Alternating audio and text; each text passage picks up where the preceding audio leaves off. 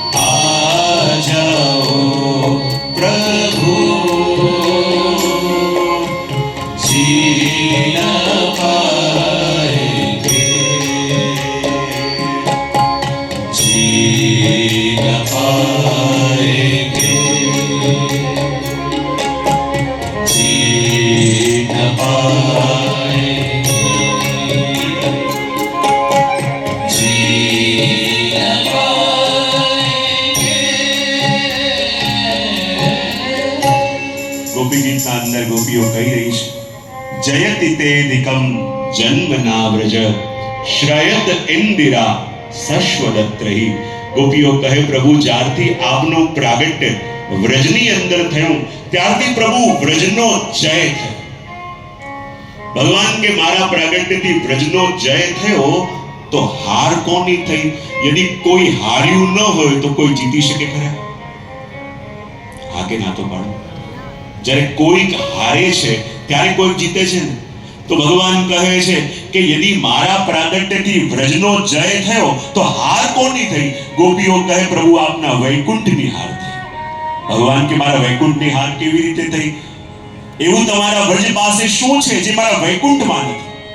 ત્યારે ગોપીઓ કહે, પ્રભુ જાણો છો વ્રજ કોને કહેવાય? બોલે કોને કહેવાય? તો ગોપીઓ કહે, જ્યાં પ્રભુના ચરણોમાં રહેણું, જ્યાં પ્રભુના મુખમાં વેણું અને જ્યાં આગળ પાછળ ધેનું, એને કહેવાય વ્રજ. અને આ ત્રણ વસ્તુ પ્રભુ આપના વૈકુંઠમાં નથી. આપના વૈકુંઠમાં ચરણોમાં રહેણું નથી, મુખમાં વેણું નથી અને આગળ પાછળ ધેનું નથી. એ તો અમારા વ્રજમાં જ છે. અને પ્રભુ અમે ગોપીઓ આપના માટે પ્રાણોને ધારણ કરીને અમે રાખ્યા છે. કૃપા કરીને પ્રભુ પ્રગટ થઈ જાઓ, દર્શન આપો. પ્રભુ પ્રગટ ન થયા ત્યારે બીજા શ્લોકની અંદર ગોપીઓ પ્રભુને કહે, શરદુદાસે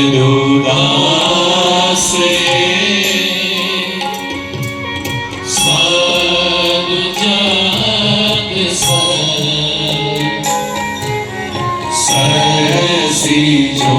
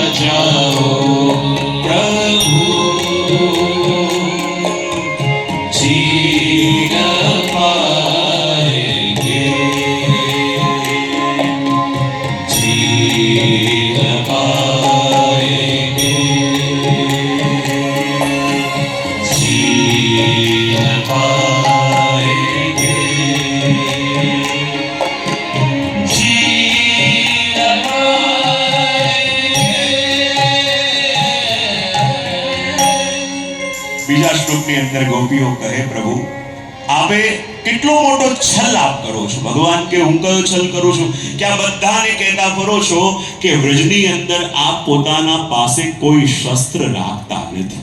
ભગવાન કે હું કહેતો નથી, પાલન પણ કરું છું. જો મારી પાસે કોઈ શસ્ત્ર નથી, ગોપીઓ કહે એ તો આપનો સૌથી મોટો છલ છે. બોલે કેમ? ગોપીઓ કહે પ્રભુ તીર અને ભાલાની મારથી તો કદાચ કોઈ બચી જાય, પણ આપની પાસે તો એવા ઘાતક શસ્ત્ર છે, એવા ઘાતક શસ્ત્ર છે કે જેનાથી કોઈ ઘાયલ થાય વિચારો ન જીવી શકે, ન મરી શકે. ભગવાન કે એવા શસ્ત્ર મારી પાસે કયા છે? તો ગોપીઓ કે આપના મુખારવિંદના દર્શન કરો અને આપના આંખોની ઉપર જે બે પ્રવરો છે એ પ્રવરોનો આકાર એવો છે કે જાણે બે ધનુષબાણ આપે ધારણ કરેલા હોય. અને એવા નેત્રોથી જ્યારે આપ અમારી તરફ જુઓ છો તો અમને એવું નથી લાગતું કે જોઈ રહ્યા છો, એવું લાગે છે કે કામદેવે એક સાથે અનેક બાણ માર્યા અને બાણ અમારા હૃદયની આર પાર ઉતરી ગયા, એવું અમને લાગે છે કે જ્યારે આપ અમારી તરફ જુઓ છો. અને પ્રભુ તીર અને ભાલાથી કોઈને મારવા અપરાધ છે તો પોતાના નિજજનોને પોતાના નયનોથી મારવા એ પણ અપરાધ છે. અને પ્રભુ આપે અમારો વધ કર્યો છે અને પોતાના નયનોથી માર્યા છે. તો જે નયનોથી આપે અમને માર્યા છે એ જ નયનોના દર્શન કરીને અમને જીવાડો. અમે તો પ્રભુ આપની અશુલ્ક દાસીઓ છીએ. પ્રભુ કહે તમે મારી દાસીઓ કેવી રીતે થઈ ગઈ? મેં તમને કોઈ સેવા આપી? બોલે ના, જો સેવા આપી જ નથી તો તમે મારી દાસીઓ કેવી રીતે થઈ ગઈ? એ પણ પ્રભુ આપના નેત્રોની કમાલ છે. બોલે કેમ? જ્યારે આપની પાસે જઈએ અને આપની દૃષ્ટિ અમારા ઉપર પડે, બસ મનમાં એક જ ભાવ જાગે કે બસ પ્રભુ આપની સેવા જ કરતા રહેવું છે. પ્રભુ કે જો સેવા જ કરવી હોય તો સેવાના બદલામાં કંઈક લઈ લો, જેથી એમ તો ન સંભળાવો કે અશુલ્ક દાસીઓ છે. ત્યારે ગોપીઓ કહે જ્યારે પ્રભુ અમે આપની પાસે આવીએ તો વિચાર કરીએ આ માંગીશું, આ માંગીશું, પણ જ્યારે આપની દૃષ્ટિ અમારા ઉપર પડે એક જ વિચાર આવે કે આપનાથી કંઈ નથી માંગવું, બસ આપને જ માંગી લેવા છે. આપનાથી કંઈ નથી ચાહવું, આપને જ ચાહતા રહેવું છે. અને એ નયનો દ્વારા પ્રભુ અમે ઘાયલ થયા છીએ. કૃપા કરીને સામે પધારો, અમને દર્શન આપો. અને હવે ગોપીઓની ભાષા થોડી કડક થાય અને ગોપીઓ કહે જો હવે પ્રભુ આપ પ્રગટ્યા નથી ને તો આપની બધી પોલ ખોલી દઈશું. કોઈ વ્યક્તિએ કંઈ પણ ન કર્યું હોય ને એને એમ કહો બધી પોલ ખોલી દઈશું, બિચારો વિચાર કરે શું કહી દેશો? બોલે શું પોલ ખોલી દેશો? અને ત્યારે ગોપીઓ કહે ન ખલુ ગોપિકા નંદનો ભવા અખિલ દેહી અંતરાત્મજો